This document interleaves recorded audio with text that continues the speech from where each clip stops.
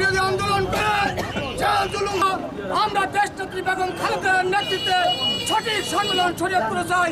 বিএনপির সম্মেলন ডেকেছে, আমরা এই দালাল বিএনপির সম্মেলন মানি না এবং মানি না।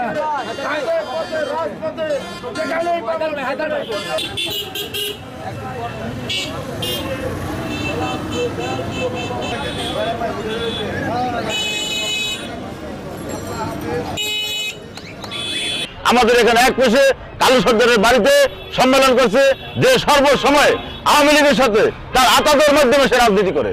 আমরা চাই সঠিক বিএনপির নেতৃত্বে আসুক সম্মেলনের মাধ্যমে এবং আমাদের সমন্বয় করে যেন সেই কমিটি করা হয়, সেটাই আমাদের আজকের এই জন্য আমাদের বিক্ষোভ। এবং আমরা চাই এই আমাদের আবেদনকে তারা যদি আমলে না নেওয়া পর্যন্ত কেন্দ্র আমরা আমাদের আন্দোলন অব্যাহত রাখবো ইনশাল্লাহ।